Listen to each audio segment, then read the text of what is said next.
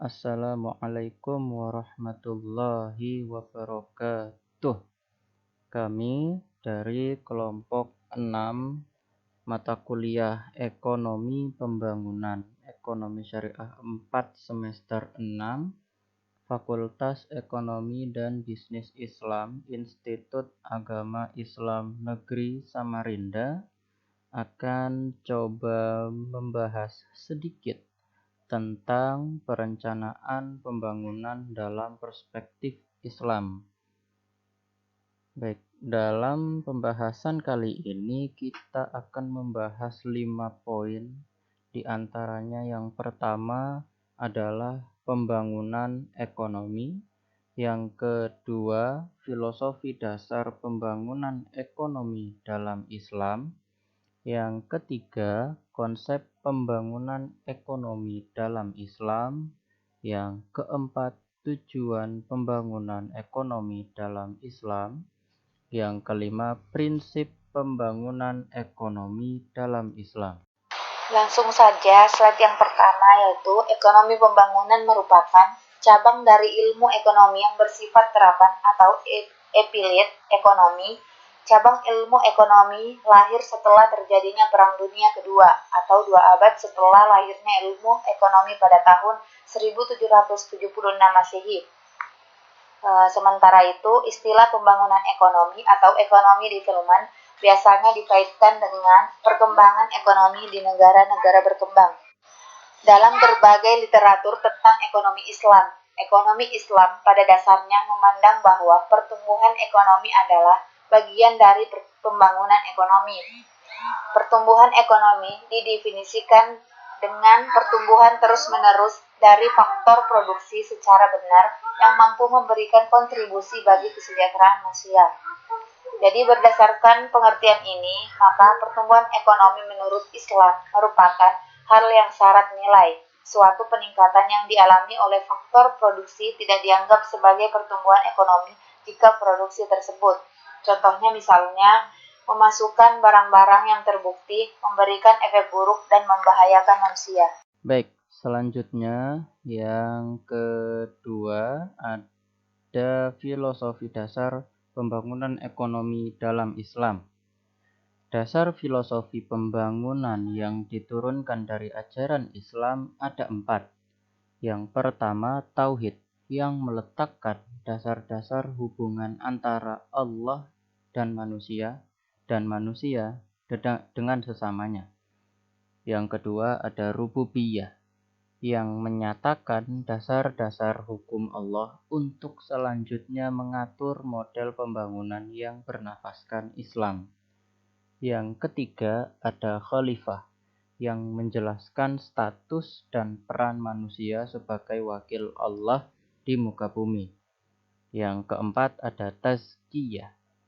Misi utama utusan Allah adalah menyucikan manusia dalam hubungannya dengan Allah, sesamanya, alam lingkungannya, masyarakat, dan negara. Prinsip pembangunan ekonomi menurut Islam juga ada 4. Yang pertama, pembangunan ekonomi dalam Islam bersifat komprehensif dan mengandung unsur spiritual, moral, dan material. Yang kedua, fokus utama pembangunan adalah manusia dengan lingkungan kulturnya. Yang ketiga, pembangunan ekonomi adalah aktivitas multidimensional. Yang keempat, penekanan utama dalam pembangunan menurut Islam terletak pada pemanfaatan sumber daya yang telah diberikan Allah. Konsep pembangunan ekonomi dalam Islam. Sebenarnya konsep pembangunan ekonomi Islam bertolak dari pengembangan sumber daya manusia, human capital, dan penguasaan teknologi sebagai penggerak utama driving force pembangunan ekonomi. Selanjutnya, fokus dan inti utama pembangunan dalam Islam adalah pembangunan manusia itu sendiri, termaksud aspek sosial dan budayanya. Selanjutnya, pembangunan dalam pemikiran Islam bermuara pada kata i'mara atau takmir sebagai isyarat dalam Al-Quran. Dia telah menciptakan kamu dari bumi dan tanah dan menjadikan kamu pemakmurnya. Berdasarkan pandangan Islam, yang berkomprehensif terhadap segala segi kehidupan, maka konsep Islam dalam pembangunan mencakup sisi jasmani dan rohani. Tujuan pembangunan dalam kerangka Islam. Yang pertama, pembangunan sumber daya insani. Yang kedua, pertambahan pengeluaran yang bermanfaat. Yang ketiga, peningkatan kualitas kehidupan. Yang keempat, pembangunan yang seimbang. Yang kelima, pembangunan teknologi baru.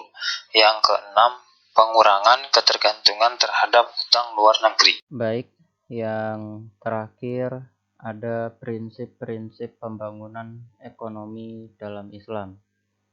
Prinsip dan landasan ada 3. Yang pertama, kepemilikan. Menurut ID, kepemilikan dalam pembangunan ekonomi perspektif Islam dibagi menjadi 3 macam, yakni kepemilikan individu, umum, dan negara. Yang kedua, menghidupkan tanah mati. Salah satu ciri negara sedang berkembang dan negara tertinggal atau miskin adalah kepemilikan faktor produksi yang sangat timpang antara kelompok berpendapatan tinggi dan kelompok berpendapatan rendah. Yang ketiga, pengelolaan sumber daya liar. Sumber daya liar adalah bagian dari sumber pendapatan masyarakat, karena 4/5 dari bumi ini adalah air dan laut, sehingga sumber daya liar yang paling banyak terdapat di laut dan air. Demikian apa yang dapat kami sampaikan. Thank you for listening.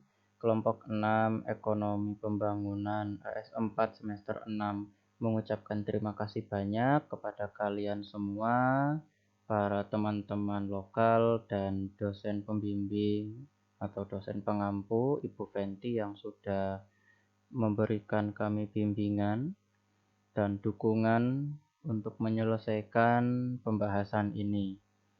Sekian video yang dapat kami sajikan, semoga bermanfaat. Silahkan like kalau kalian suka, share kalau kalian merasa video ini bermanfaat, komen untuk kritik dan saran, dan subscribe untuk mendapatkan berita-berita ekonomi terbaru baik lokal maupun internasional. Kami kelompok 6 Ekonomi Pembangunan Ekonomi Syariah 4 semester 6 mengucapkan terima kasih dan sampai jumpa. Wassalamualaikum warahmatullahi wabarakatuh.